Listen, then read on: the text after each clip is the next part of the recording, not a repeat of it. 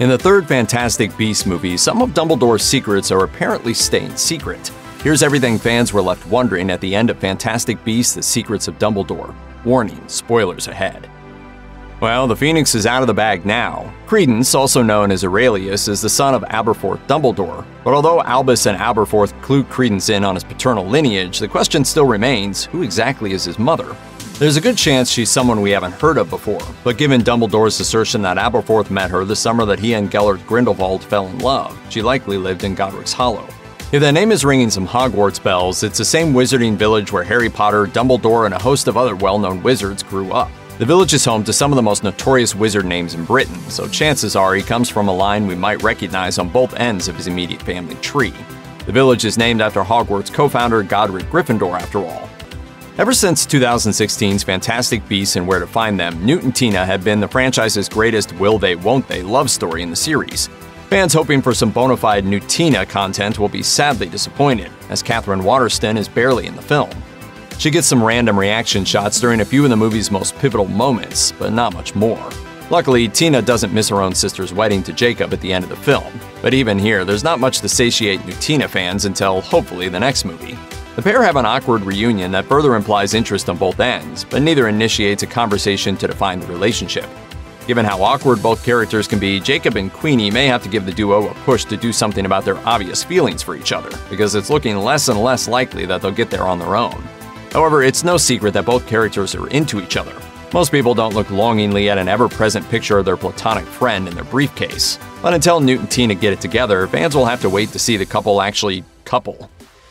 For a movie titled The Secrets of Dumbledore, the wizard sure is continuing to hold quite a few more close to his impeccably ironed vest.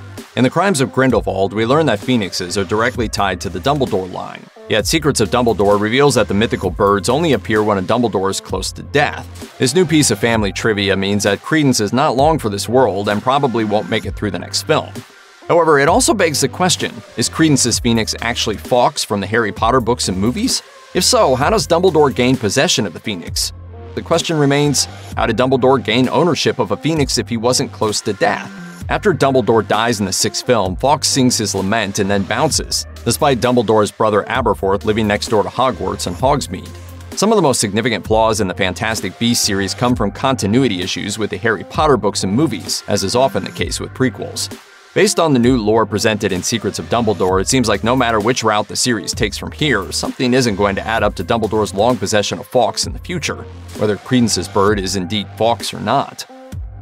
In the Deathly Hallows books and movies, we learn about Grindelwald's quest for the Deathly Hallows, as well as his tagline for the greater good. Though the Fantastic Beasts films chronicle Grindelwald's rise to power, we don't hear much about his quest for the Hallows. The only reference to Grindelwald's obsession with the three brothers' wares is Grindelwald's wand, which fans will notice is the Elder Wand that Dumbledore uses through the Harry Potter series.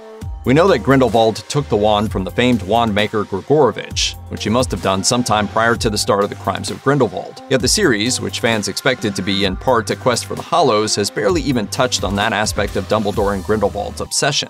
Sure, Grindelwald has bigger fish to fry, but Xenophilius Lovegood makes the Hallows out to be much more relevant to Grindelwald's rise to power than we've seen in the movies thus far. The only other reference we've seen so far is the small Hallows symbol within Grindelwald's power symbol, which erupts in fireworks when he steals the election, akin to Voldemort's Dark Mark symbol.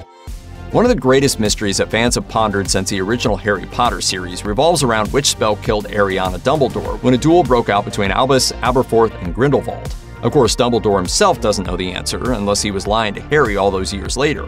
However, Aberforth's refusal to broach the subject when Albus brings up Ariana in The Secrets of Dumbledore hints that Aberforth might know more than he's letting on.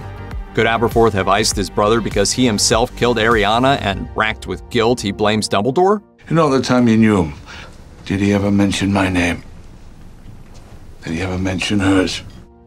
Or was it Albus himself or his friend/nemesis Grindelwald? No matter which way you spin it, Aberforth blames Dumbledore for wanting to leave and causing the duel. There's also one disturbing element to the story that Albus reveals in the new film.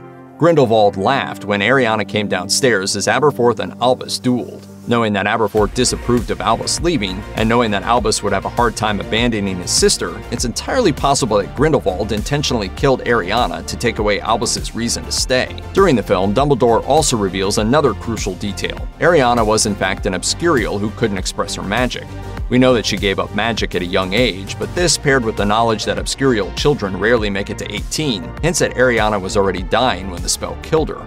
Grindelwald demonstrates his cold-blooded murderous tendencies in Secrets of Dumbledore when he loses the election, so his "for the greater good" tagline would certainly absolve him of Ariana's murder in his own mind, especially if she were already dying. So whose spell killed Ariana? We may never know. Just when we thought Yusuf joined Grindelwald's ranks of hoodwinked witches and wizards, the wizard surprises audiences by popping up at the end of the film to rejoin the good fight. Yusuf is somewhat of a closed book, and his motivations and the crimes of Grindelwald were pretty dicey to begin with. Granted, it's not Yusuf's fault that his father forced him into a murderous, unbreakable vow to kill his sister, and that's a pretty messed up thing to do to a child. The only reason he didn't kill Lita is that her father never loved her, making revenge impossible. A lot is going on here, but in the end, Yusuf does seem to care about Lita, so much that her death racks him with guilt, and Grindelwald opts to take away his memories of her. Messing with memories is tricky business. Not only is Yusuf giving Grindelwald full access to his memories, but he's making his mind vulnerable to him. It's clear that Grindelwald wanted Queenie to join his ranks because she's a powerful Legilimens. However, the fact that Yusuf is able to hoodwink Grindelwald at all means he has some powerful skills in occlumency, and possibly even has some legitimacy skills himself. So what exactly are Grindelwald's skills involving the mind? What are Yusuf's true motivations? And how exactly does Yusuf manage to keep his betrayal a secret from Grindelwald when the guy is actively rooting around in his memories?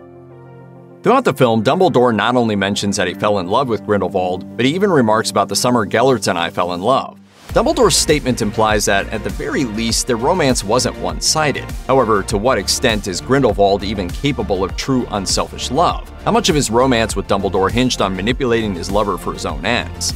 Several times in the Secrets of Dumbledore, Grindelwald uses Dumbledore's love against him. Not only does he say, "Who will love you now," when their blood trough breaks, he also remarks, "I was never your enemy, then." Grindelwald uses both comments to taunt and break Dumbledore's heart, who is clearly still carrying a torch for his former flame. Yet as Grindelwald declares war on Dumbledore while claiming they weren't enemies until this moment, he's keeping the fact that he ordered Credence to kill Albus to himself. We know that Dumbledore eventually takes down Grindelwald alive, but it's pretty obvious that killing Dumbledore is a necessity for Grindelwald rather than a last resort. While Dumbledore still cares about Grindelwald and his well-being, it's unclear whether or not Grindelwald ever put Dumbledore's needs above his own, hallmark of love. Compared to Voldemort, it certainly seems that Grindelwald is at least capable of affection and emotion, but at the end of the day, he seems to choose power over love. The evidence will play out in their final battle, but as of now, Grindelwald's capacity for love is a mystery. One hint we do have comes much later in Grindelwald's life, after he's been rotting in Nuremberg for 50 years. The Dark Wizard refused to tell Voldemort who possessed the Elder Wand, perhaps, as Harry mused, to keep him from desecrating Dumbledore's tomb, or to stop Voldemort from obtaining it to honor his fallen lover. Check out one of our newest videos right here. Plus, even more Looper videos about your favorite movies and TV shows are coming soon. Subscribe to our YouTube channel and hit the bell so you don't miss a single one.